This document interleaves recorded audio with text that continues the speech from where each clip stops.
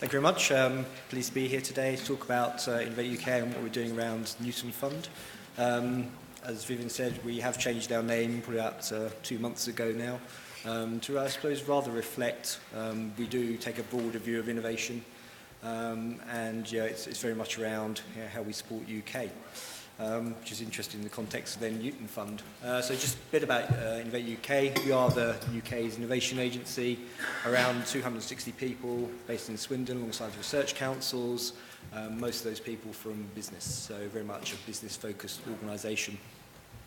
We work with around 5,000 businesses a year and around 150 research organisations, so we're working pretty much with every university in the UK.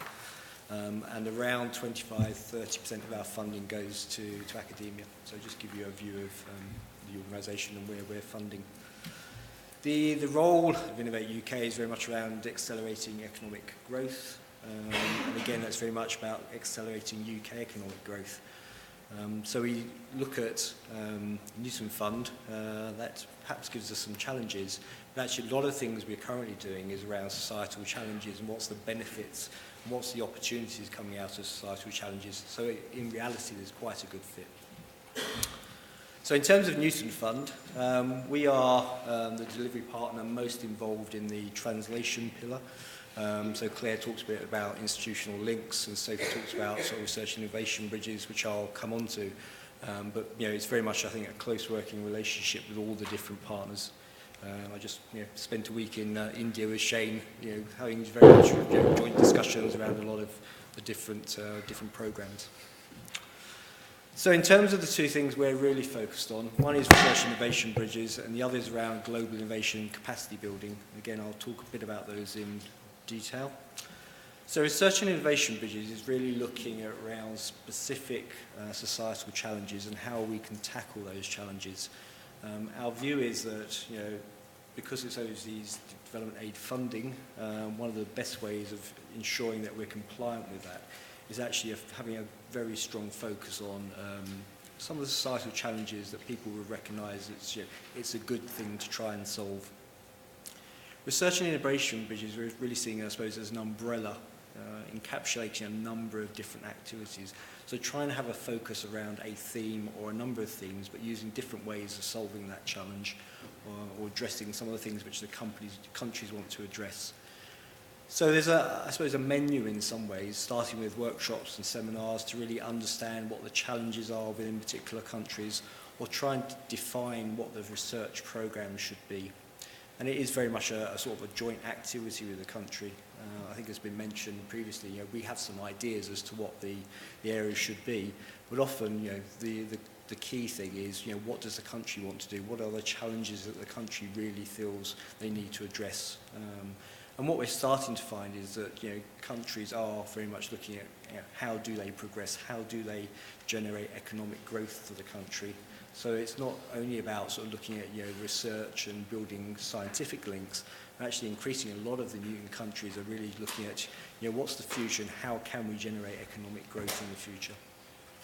So seminars and workshops helps us to define the challenge and try and understand what the issues are, but also helps us start to build the partnerships.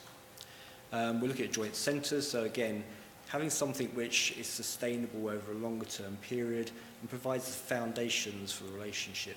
What we're finding in a lot of the countries is that universities and businesses, where we see the relationship is relatively good in the UK, actually a lot of those relationships don't work, or the capability to join universities and businesses together just doesn't happen. So again, starting at a very low level and looking at how we put centres in place to start to build those relationships. We then have smaller scale collaborations and larger collaborative R&D programs. And again, it's looking at some of these issues and then looking at the research around them and what can we do in specific areas. So we're looking at potentially small feasibility studies right up to £2 or £3 million projects, often running for 2 to 3 years. So again, a range of different activities. Recognising we need some flexibility to respond to the needs of different countries. Sorry for that there. And the areas we're looking at really are things like urbanisation in future cities, public health and well-being, the whole issue of healthcare, energy, food and water, and things like sustainable and low-carbon manufacturing. So a whole range of different areas, and quite broad areas. So within those, we'll start to focus down around what does a specific country want to look at. And some of the other things that are coming up are things like agri-tech, big data, and the use of big data in solving some of the issues we know are challenges for countries. The other area we're looking at is around global innovation capacity building. So one of the things we often find from countries is they're keen to understand, how does the UK innovation system work? How do we ensure that universities and businesses are talking together and working together more effectively, and how can we make that happen within our country? At the same time, how can we support small companies more effectively? How can we ensure that they're able to pitch for funding, and that startups often coming out of universities have the capability to then go on and commercialise their outputs. So we'll be tendering shortly for 2 programmes, pulling together UK experts in those areas.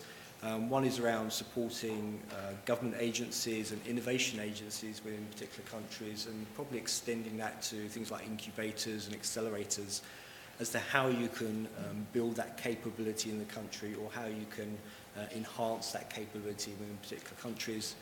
And then the other one is around, say, startups and entrepreneurs, and how can you put programs in place which support those sorts of companies, but also potentially bring some of those companies to the UK to understand how the UK system works, and to understand how an SME in the UK performs, but also providing support within country as well. So it's a mix of both UK support and in-country support. As I say, we'll be tendering those programs shortly. Just to give you a view on a country base, and I'll go through quickly some of the programs we'll be running. And as I say, this is very much a developing picture. But within China, the discussions around research and innovation bridges and looking at urbanisation. So working very closely with research councils. We're looking at the moment as having a workshop towards the end of January in China, with a call probably coming out in March next year, looking at a whole range of different challenges in the urbanisation space. Within India, again, a number of the areas I listed earlier in terms of the sort of the challenge areas. We're looking at joint collaborative R&D programs to start with, and then building on that program under the Research and Innovation Bridges banner. We're expecting a call probably on that area within India to come out on the 20th of November. So again, some discussions still going on as to finalising the areas, but we're expecting a call to come out on that fairly shortly. Some of the other countries, and it's a mix of what they want to do, and it is very much having a conversation with the countries as to what are the challenges and what can the Newton Fund help you to deliver. So for Colombia, it's very much around startup support. They're very keen to understand how they can support startups much more effectively, but again, looking at accelerators within Colombia, and how can they deliver accelerator for those SMEs once they get trained more effectively.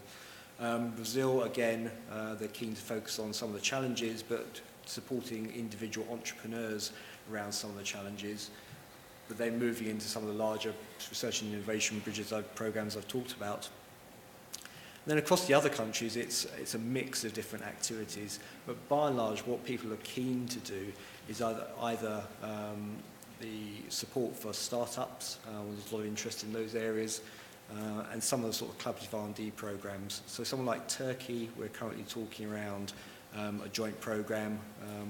We need to define what the challenge areas are, but we'll probably use the Eureka mechanism, which some of you may be familiar with through EU programs, because it's currently a mechanism that we and Turkey both use.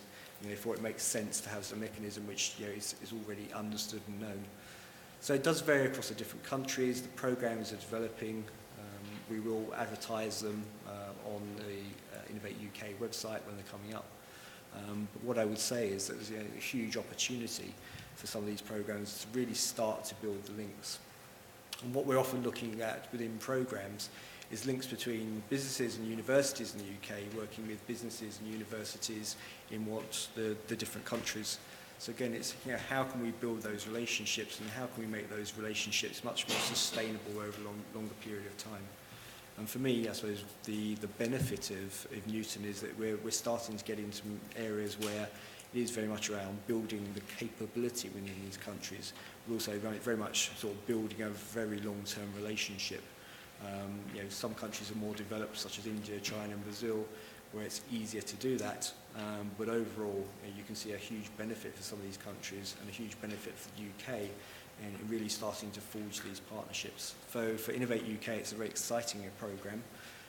It's challenging perhaps for us in terms of making sure we you know, maintain that we keep within the ODA rules, but by and large we think it's you know, a sensible programme to do, and by focusing very much on the challenges, we believe that, you know, that's not an issue for either ourselves or actually people applying. So it is an exciting opportunity and something which we're happy to be involved in. Thank you.